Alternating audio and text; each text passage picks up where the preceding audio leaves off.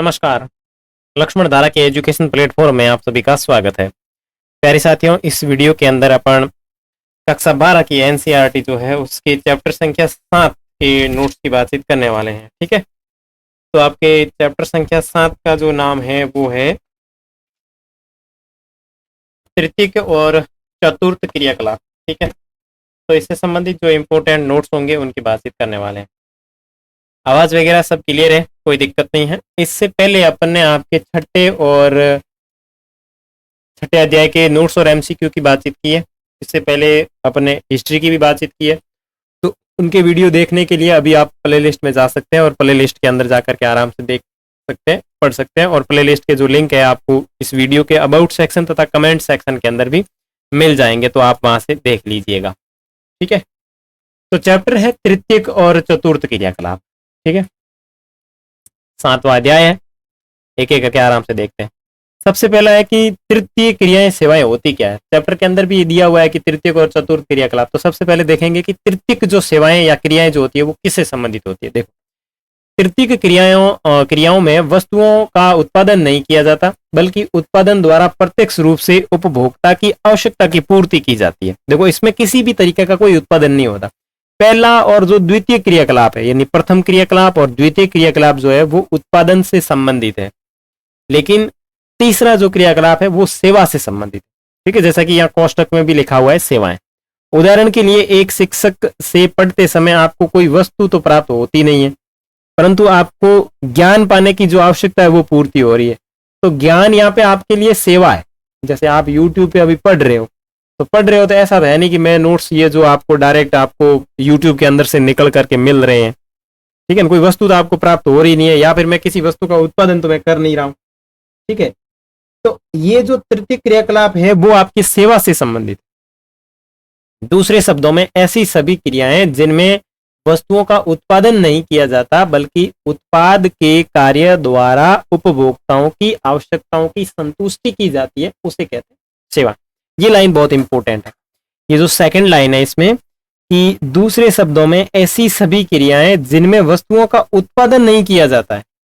ठीक है ना, इसमें वस्तु का कोई उत्पादन नहीं किया जाता है, बल्कि उत्पादक के कार्यों द्वारा उपभोक्ता की आवश्यकताओं की संतुष्टि की जाती है। ठीक है ना, इसमें जो आवश्यकताएं हैं उसकी संतुष्टि की जाती है, उसे कहते हैं सेवा। और सेवा का ही जो सीधा संबंध है वो आपके तृतीयक क्रिया से है।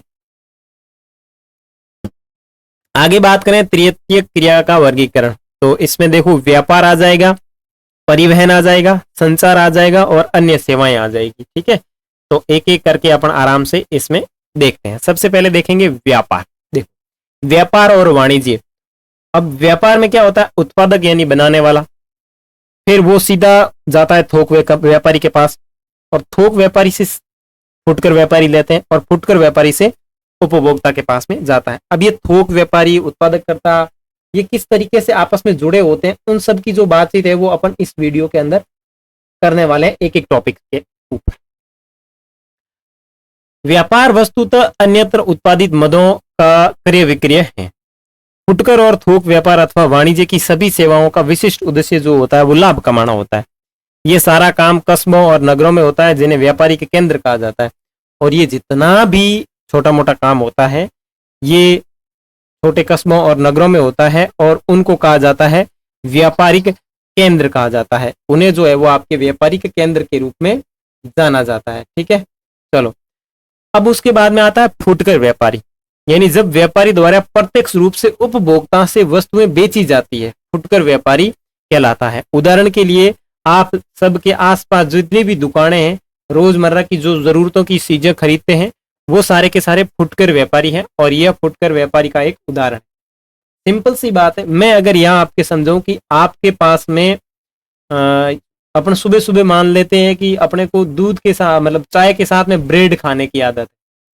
ठीक है ना, ठोस वगैरह आता है ना, वो मान लेते हैं। ठीक है, तो मैं एक व्यक्ति हूं जो इनका उत्पादन कर रहा हूं, तो मैं तो हो गया उत्पादन करता। ठीक है, तो मैं यहाँ लिख देता हूं उत्पादक।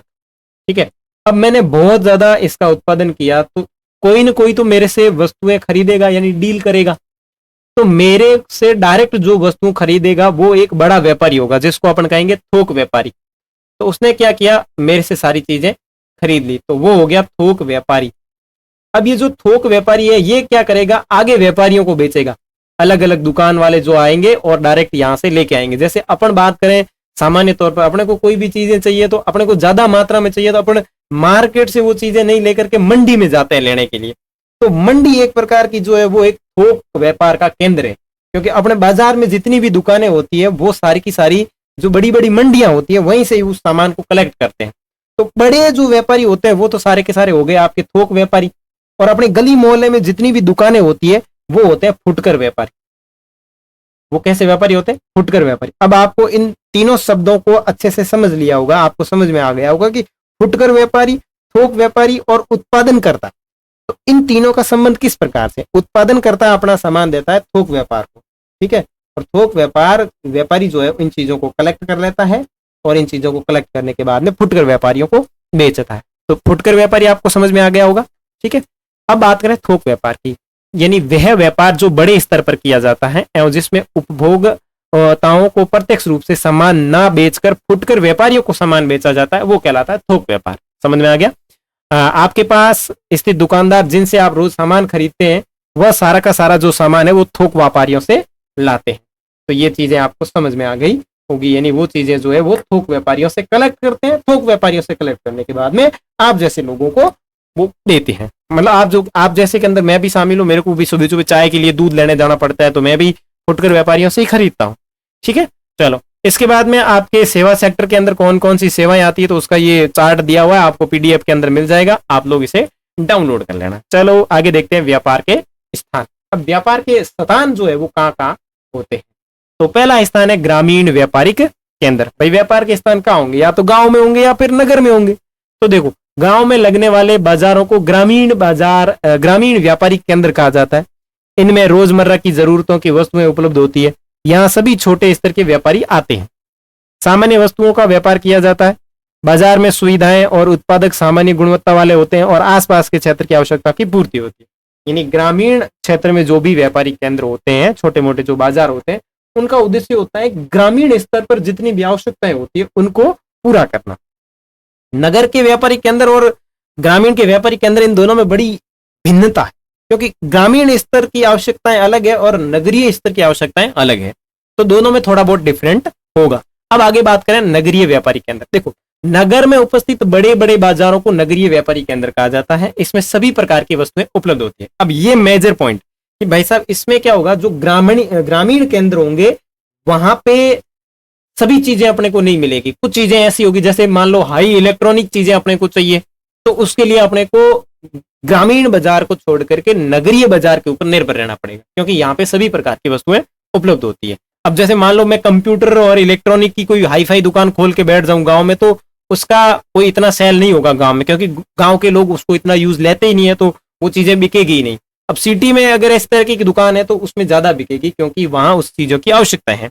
ये मुख्य रूप से बड़े स्तर के व्यापारी होते हैं और लगभग हर चीज यहाँ पे उपलब्ध होती है। बाजार में सुविधाएं और उत्पाद उच्च गुणवत्ता के होते हैं और दूर दूर से लोग यहाँ पे सामान खरीदने आते हैं, तो इसमें ज्यादा समझाने वाला कोई मैटर है नहीं। आगे बात करें आवधिक बाजार। एक समय अंतराल के बाद लगने वाले बाजारों को आवधिक बाजार कहते हैं। उदाहरण के लिए मंडियां, साप्ताहिक बाजार जो होते हैं वो आवधिक बाजार होते हैं। आवधिक का मतलब क्या होता है, समय, टाइम, यानी एक समय विशेष के बाद में वो लगते हैं। इन बाजारों में रोजमर्रा की वस्तुएं मिलती है। यह एक विशेष दिन के या विशेष स्थान पर लगाए जाते हैं और इसमें जो उत्पाद होते हैं उनकी गुणवत्ता यानी जो क्वालिटी होती है वो सामान्य क्वालिटी होती है। ठीक है, चलो आगे है परिवहन। देखो, परिवहन और वस्तु को एक ऐसे क्षेत्र से दूसरे क्षेत्र में लाने और ले जाने की सेवा जो होती है उसको कहा जाता है परिवहन। ठीक है, परिवहन सबसे मुख्य सेवाओं में से एक है। बाकी सभी सेवाएं प्रत्यक्ष और अप्रत्यक्ष रूप से परिवहन पर निर्भर होती है। देखो, परिवहन भी एक प्रकार की सेवा है। जैसे भाई आपको कहीं जाना है, गांव से शहर जाना है या शहर से आपको गांव आना है, तो आप बस में, ट्रैक्टर में, मोटरसाइकिल में, किसी में भी आ सकते हो। ठीक है, तो वो भी एक प्रकार की सेवा ही है, आपकी आवश्यकता की पूर्ति कर रही है, तो वो तृतीय क्षेत्र से संबंधित।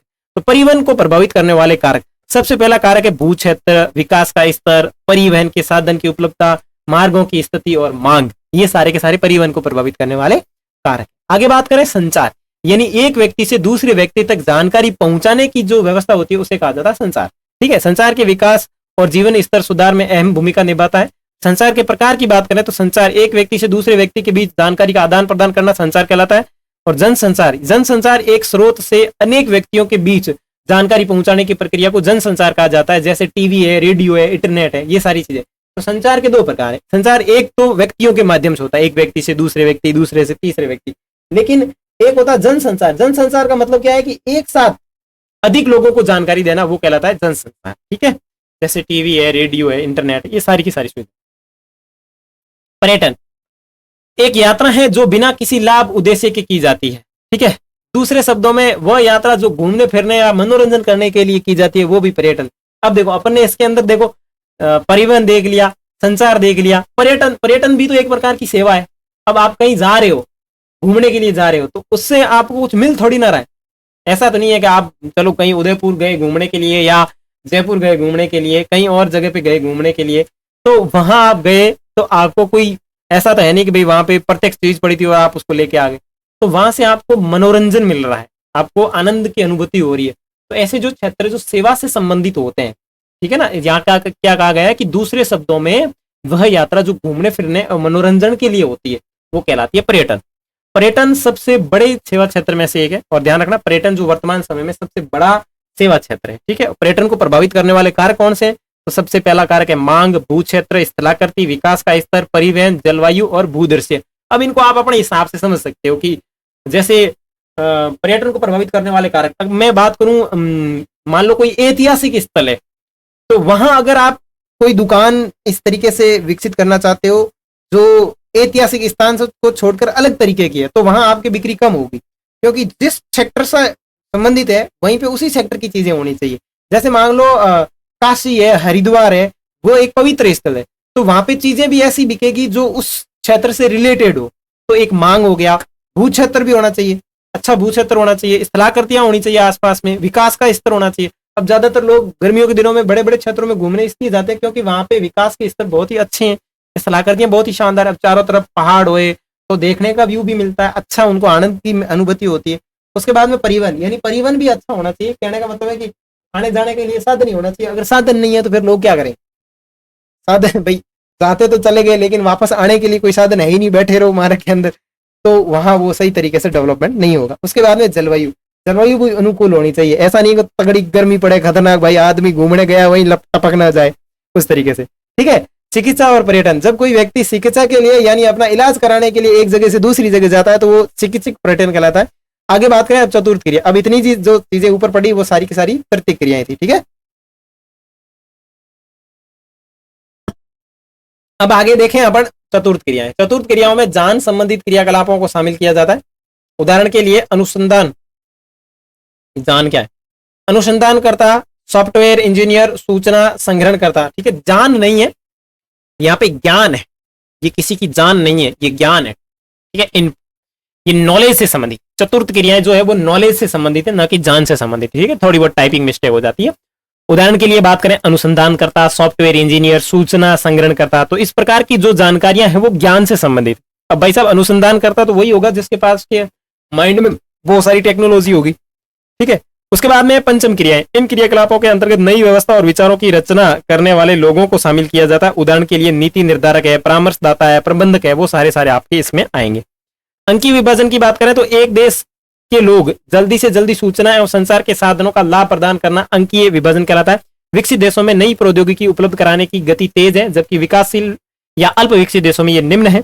इस वजह से विकसित देशों में विकास की गति तेज है और विकसित और विकासशील देशों के बीच में इसका विभाजन बढ़ता जा रहा है, तो उसे कहते हैं अंकीय विभाजन। उसके बाद में बाह्य स्रोतन, किसी कार्य को किसी दूसरे क्षेत्र या देश में करवाना जिसे उस कार्य की लागत कमी आ जाए या दक्षता में वृद्धि हो, उसे कहते हैं बाह्य स्रोतन। उदाहरण के लिए अमेरिका की बड़ी बड़ी कंपनियां जो कॉल सेंटर है वो भारत में स्थापित कर रही है क्योंकि भारत में लागत कम। हाँ, ये बहुत इंपॉर्टेंट चीज है कि बाह्य स्रोतन क्या है, यानी किसी कार्य को किसी दूसरे क्षेत्र या दूसरे देश में करवाना जिससे क्या है कि कार्य में लागत कम आए और दक्षता में वृद्धि हो, बाह्य स्रोतन कहलाता है। जैसे कि सबसे बड़ा उदाहरण है इसमें कि अमेरिका की जो कॉल सेंटर की कंपनियां हैं वो क्या कर रही है, भारत में अपने कॉल सेंटर स्थापित कर रही है क्योंकि भारत में बड़ी बेरोजगारी है और बेरोजगारी के चलते लोगों को रोजगार जैसा तैसा मिले वो भी बढ़िया है। तो वो कंपनियां क्या कर रही है, यहाँ भारत में अपने सेंटर स्थापित कर लेती है और यहाँ से अपना काम संपादित करते हैं ताकि उनको इतना पैसा नहीं देना पड़े। अगर वो अमेरिका में लगाएगी तो उनको लागत भी ज्यादा आएगी, लोगों को पैसे भी उनको ज्यादा देने पड़ेंगे। ठीक है, चलो आगे देखते हैं। विभिन्न कॉलर नौकरियों के काम में प्रवृत्ति का वर्णन, ये थोड़ा कॉलर वाला है तो ये इंपॉर्टेंट है, ये आप देख लेना, नोट्स में मिल जाएगा आपको। देखो लाल कॉलर काम प्रवृत्ति, देखो सभी सरकारी कर्मचारी चाहे वो किसी भी विभाग में काम कर रहे हो वो लाल कॉलर के अंतर्गत आते हैं। ठीक है, स्वर्ण कॉलर काम प्रवृत्ति की बात करें, अत्यधिक कुशल पेशा वाले लोग जो पंचम गतिविधियों में सम्मिलित होते हैं, एक स्वर्ण कॉलर क्रम के अंतर्गत काम के अंतर्गत आता है। कुछ उदाहरण के देखें कि व्यवसायिक है, अधिकारी है, सरकारी अधिकारी है, अनुसंधान वैज्ञानिक है, वित्तीय और कानूनी सलाहकार है, वो सारे के सारे आपके स्वर्ण कॉलर के अंतर्गत आएंगे। सफेद पोश नौकरी की प्रकृति या सफेद कॉलर की बात करें तो कार्यालय में काम करने वाले पेशेवर और सफेद पोशी नौकरी कहा जाता है, जैसे शिक्षक है, डॉक्टर है, सारे के सारे जो आएंगे वो इसके अंतर्गत आएंगे। दूसर कॉलर की बात करें तो वरिष्ठ नागरिक जो कारखाने में काम करते, जैसे होमगार्ड है, सलाहकार है, ठीक है, ये सारे के सारे दूसर कॉलर के अंतर्गत आएंगे। उसके बाद में नीला कॉलर, यानी जिस काम में शारीरिक श्रम की आवश्यकता होती है या ज्यादा कौशल की आवश्यकता नहीं होती, उसे नीला कॉलर कहा जाता है। ठीक है, और गुलाबी कॉलर वह काम जो ग्राहक सेवा या मनोरंजन सुरक्षा आदि से संबंधित है, उन्हें कहा जाता है गुलाबी कॉलर। ठीक है, तो ये आपका 7वां चैप्टर था, इसमें इतनी जानकारी थी तो कंप्लीट हो गया। अब इससे आगे अपन पढ़ेंगे 7वें पार्ट के एमसीक्यू प्रश्न। उसके बाद में 8वां, 9वां और 10वां 3 चैप्टर ही रहे हैं। उसके बाद में आपकी ये भूगोल की जो है वो आपकी पूरी कंप्लीट हो जाएगी, और उसके बाद अपन देखेंगे आपके पॉलिटिकल साइंस को और जो भूगोल की दूसरी किताब है भारत वाली, उसके बारे में। ठीक है, तो चैनल के ऊपर अभी तक नए हैं तो सब्सक्राइब कर लेना, साथ ही साथ कमेंट सेक्शन या अबाउट सेक्शन देख लेना, वहां पे आपको सारे वीडियो मिल जाएंगे।